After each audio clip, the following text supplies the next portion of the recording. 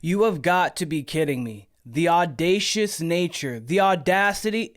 You don't get to talk about the GOAT like that. I'm talking about Dave Portnoy of Barstool Sports, talking about our GOAT, Gregg Popovich, in San Antonio for that matter. Ridiculous. It's infuriating, and we're going to break it down here on Spurs Digest with your host, Keenan Warner.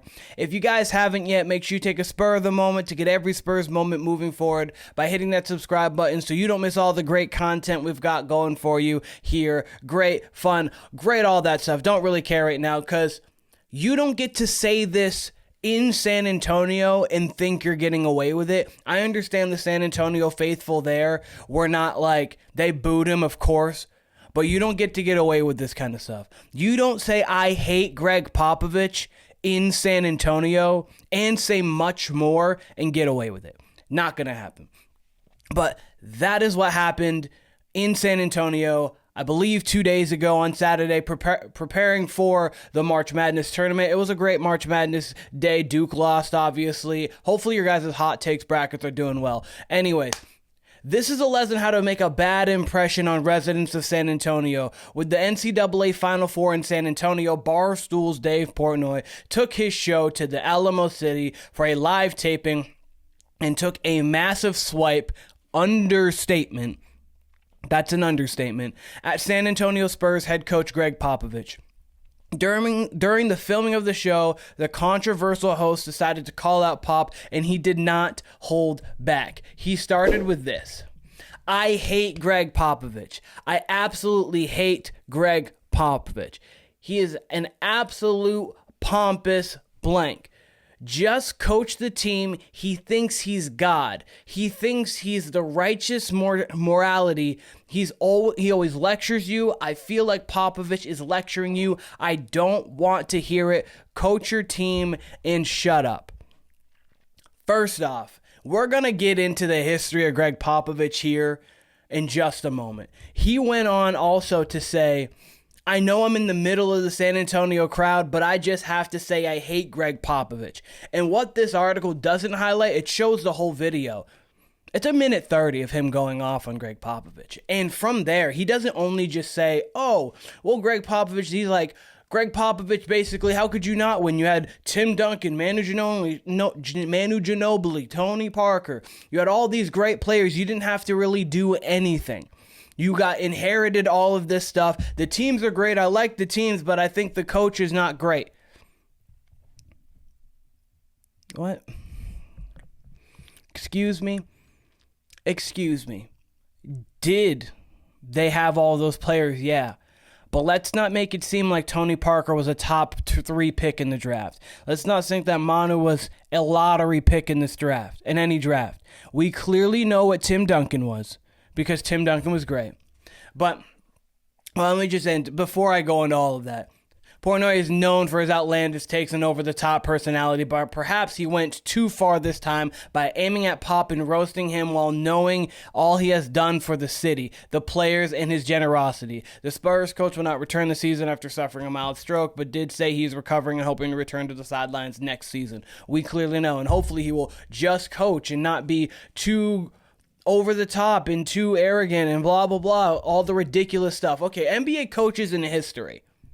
In the history of the game, all the NBA coaches, I don't think Tim Duncan has been in the league every single year Gregg Popovich has been coaching in San Antonio. That's just my thought. I mean, you can go through the records to show it's not.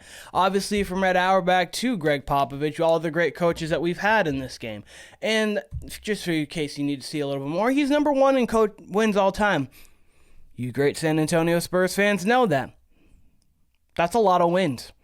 26 years. Coach of the Year in 2003, 2012, and 2014. Held the best regular season record on 5 different occasions. Won 5 championships. Went to 6 NBA finals. Coach of the Month multiple times. Coach of the Year multiple times. He went to the finals in 99, 03, 05, 07, 13, 14. He won his first 4, lost to the Heat in 7, and then won after that. 5-1 in the finals. wow. He's been a model of consistency. 50 wins for, I think, like 16 plus straight seasons. The guy, all he knew was getting his team into the playoffs and being the best coach in the world. He's coached Olympics. He's coached everybody. Everybody talks highly of Gregg Popovich. And yes, can sometimes these guys be a little annoying, a little aggressive, and be downright rude? Sure. You want to know why? Because they're great and they expect greatness from you. Michael Jordan was the same way. Kobe Bryant was the same way. Chris Paul, our teammate, has been the same way. You've heard about all these players. LeBron, the same way.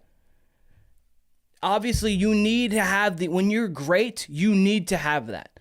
There's certain cases. Durant is not always like that. Steph's not always like that. Tim Duncan's not always like that. But on their great teams, they had a leader who was like that. AKA for the Warriors, it was Draymond Green.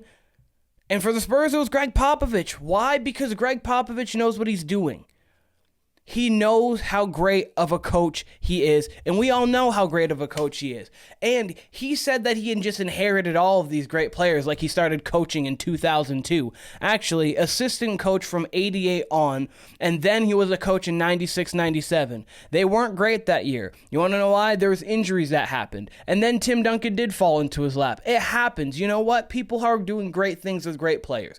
You don't do great things without great players in this league. It just doesn't happen. Phil Jackson, who did he win with?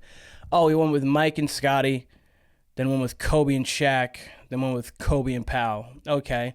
Red Auerbach, oh, he had that Bill Russell guy. He was pretty solid, pretty talented.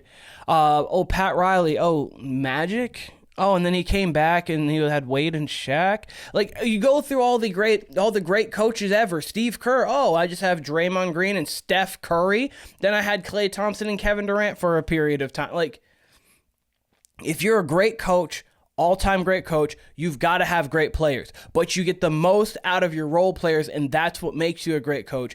And how many times did we watch, especially during all those runs, where you'd be like, we got Marco Bellinelli doing something big here. Patty Mills, this guy that no one cared about. Now he's playing big minutes.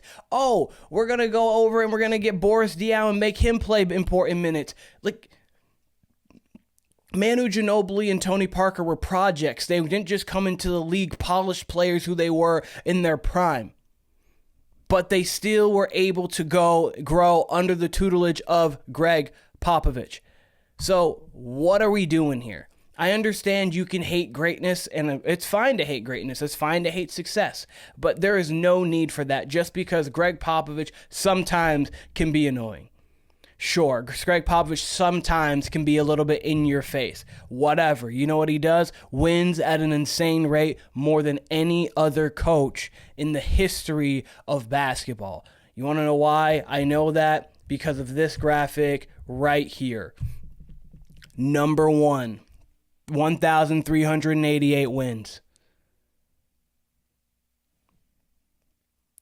So again, the audacity to talk about Gregg Popovich in that way in San Antonio. The one thing I can say is at least he didn't say it behind your back. At least he said it right to you. Doesn't make it any less wrong. Doesn't make it any less astronomically terrible of a take. Doesn't make anything less than that. At least he just said it to us, though. But let me know in the comments of what you think about this. Hopefully it's a free-for-all in the comments. I would love to see it. But this has been Spurs Digest with your host, Keenan Warner. I appreciate all of you guys, and I'll be seeing you guys very soon.